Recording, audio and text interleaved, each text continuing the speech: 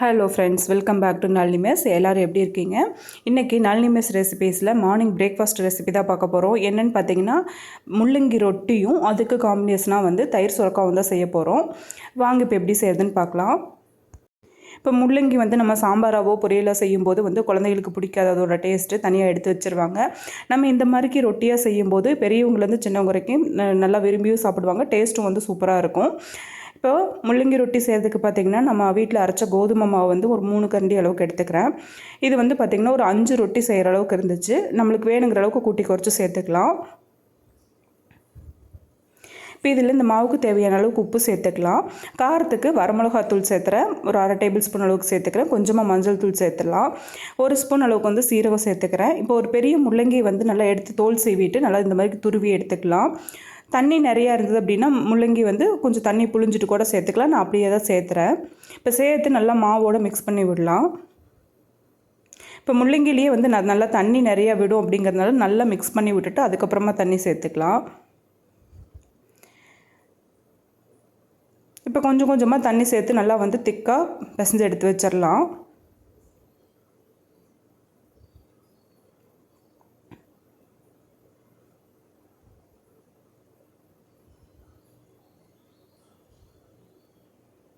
பாருங்கள், இந்தளவுக்கு வந்து நான் அதை கெட்டியாக தான் பிசைஞ்சு வச்சுருக்கேன். பட் நல்லா ஊறி வரும்போது நல்லா இலக்கமாக மாவு வந்து லூஸ் ஆகிக்கும். இப்போ தயிர் சுரக்காய் செய்யறதுக்கு பார்த்திங்கன்னா, நான் ஒரு முழு சுரக்காய் வந்து இந்த மாதிரிக்கு கொஞ்சம் பெரிய பெருசாக கட் பண்ணி எடுத்திருக்கேன். அதில் வந்து ஒரு 1/2 டம்ளர் தண்ணி ஊற்றிட்டு சுரக்காய் வேக வச்சு எடுத்துக்கலாம். இப்போ வேக வச்சு சுரக்காவில் இருக்க தண்ணியெல்லாம் வடிச்சிடலாம். இது வந்து நம்ம ஏதாவது கிரேவி செய்கிறோன்னா அதில் சேர்த்துக்கலாம், இல்லாட்டி அப்படியே கூட உப்பு போட்டு குடிச்சிக்கலாம். இப்போ தாளிக்கிறதுக்கு கொஞ்சமாக சின்ன வெங்காயம், பச்சை மிளகா கட் பண்ணி வச்சுருக்கேன். ஒரு வடை சட்டியில் வந்து 2 டேபிள் ஸ்பூன் அளவுக்கு வந்து தேங்காய் எண்ணெய் விட்டுருக்கேன். எண்ணெய் சூடானதாமல் கொஞ்சமாக கடுகு சேர்த்துக்கலாம். கடுகு பொரிஞ்சிருந்தாமல் வந்து 1 ஸ்பூன் அளவுக்கு வந்து சீரகம் சேர்த்துறேன். இப்போ சீரகமும் நல்லா பொரிஞ்சிருச்சு. இப்போ நம்ம கட் பண்ணி வச்ச பச்சை மிளகா, கருவேப்பில் சேர்த்துக்கலாம். இப்போ கருவேப்பில் பொரிஞ்சிருந்தாமல் பச்சை மிளகாவும் நம்ம கட் பண்ணி சின்ன வெங்காயமும் சேர்த்துக்கலாம்.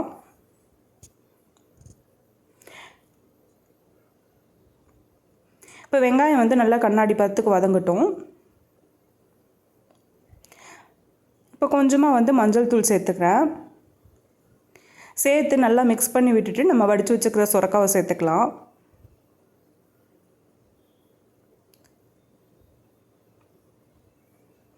இப்போ சுரக்காய் சேர்த்து ரொம்ப நேரம் வேகணும் அப்படிங்கிறதுல நல்லா வந்து வெங்காயத்தோட மிக்ஸ் ஆனாவே போதும். லைட்டாக ஹீட் ஏறிச்சுன்னா போதும், நம்ம அடுப்பு ஆஃப் பண்ணிடலாம். இப்போ நல்லா வந்து இந்த ஹீட் ஏறுற வரைக்கும் மிக்ஸ் பண்ணி விடலாம். ஒரு 2 மினிட்ஸ் மிக்ஸ் பண்ணி விட்டுட்டு இந்த சுரக்காவுக்கு தேவையான அளவுக்கு உப்பு சேர்த்துக்கலாம். உப்பு வந்து கொஞ்சம் சேர்த்தியே போட்டுக்கலாம். ஏன்னா நம்ம தயிரில் போட்டு மிக்ஸ் பண்ணும்போது உப்பு பத்தாமல் தான் இருக்கும். அப்படி பத்தலைனாலும் வந்து நம்ம தயிர் போட்டு மிக்ஸ் பண்ணும்போது உப்பு சேர்த்துக்கலாம். இப்போ ஒரு பவுலில் எடுத்து வச்சிடலாம், ஆறட்டும். நல்லா ஆறுனதுக்கப்புறமா இதில் கொஞ்சமாக கொத்தமல்லி தழை கட் பண்ணி சேர்த்துட்டு கெட்டியான தயிர் சேர்த்து மிக்ஸ் பண்ணிக்கலாம். இப்போ நம்மளுக்கு டேஸ்ட்டான தயிர் சுரக்காய் வந்து ரெடி ஆயிடுச்சு. இது ரொட்டி இல்லாமல் சப்பாத்திக்கும் நல்ல காம்பினேஷனாக இருக்கும், சாதத்துக்குமே வந்து நல்ல காம்பினேஷனாக இருக்கும். இதை அப்படியே வச்சுட்டு நம்ம ரொட்டி தட்டி எடுத்துக்கலாம். இப்போ பார்த்திங்கன்னா மாவு நல்லா 1 ஹவருக்கு மேலே ஆயிடுச்சு. நான் பிசைஞ்சு வச்சு நல்லா வந்து ஊறி வந்திருக்கு. இப்போ கொஞ்சமாக வந்து கையில் மாவு இல்லாட்டி எண்ணெய் அப்ளை பண்ணிவிட்டு நம்ம சின்ன சின்ன பால்ஸை உருட்டி எடுத்துக்கலாம். இது தட்டுறதுக்கு பார்த்திங்கன்னா நான் வாழை இலையில் வச்சு தான் தட்டியிருக்கேன். இல்லை பாலித்தீன் கவர் இருந்துச்சுன்னா அதில் கூட வச்சு தட்டிக்கலாம். லைட்டாக வந்து ஆயில் அப்ளை பண்ணிவிட்டு 2 சைடும் கையில் வச்சு நல்லா ஈவனாக ப்ரெஸ் பண்ணி விடலாம். இது வந்து நம்ம நல்லா லேசாக தட்டும்போது ரொட்டி வந்து லேசாக சூப்பராக இருக்கும். நம்மளுக்கு எந்தளவுக்கு திக்னஸ் வேணுமோ அதை பொறுத்து நம்ம தட்டிக்கலாம். இப்போ நல்லா தட்டி எடுத்தாச்சு. இப்போ சூடான தோசைக்கல்ல சுட்டு எடுத்துக்கலாம். இப்போ நம்ம போட்டுட்டு ஒரு 2 மினிட்ஸ் அப்படியே வந்து இலையோடு விட்டுட்டோம் அப்படின்னம்னா அதுவாக வந்து நம்ம திரும்ப எடுக்கும்போது அதுவாக வந்துடும் தனியாக இலை. இப்போ எடுத்துகிட்டு நம்ம அடுத்த ரொட்டி தட்டுக்கலாம். இந்தளவுக்கு நல்லா கலர் சேஞ்ச் ஆனதுக்கப்புறம் திருப்பி போட்டுக்கலாம். இப்போ அடுப்பை வந்து நல்லா மீடியம் ஹீட்லேயே வச்சு 2 சைடும் நல்லா வேகிற வரைக்கும் வேக விட்டு எடுத்துக்கலாம். இப்போ நம்மளுக்கு டேஸ்ட்டான முள்ளங்கி ரொட்டி ரெடி ஆயிடுச்சு. நம்ம எடுத்துகிட்டு சர்வ் பண்ணிக்கலாம்.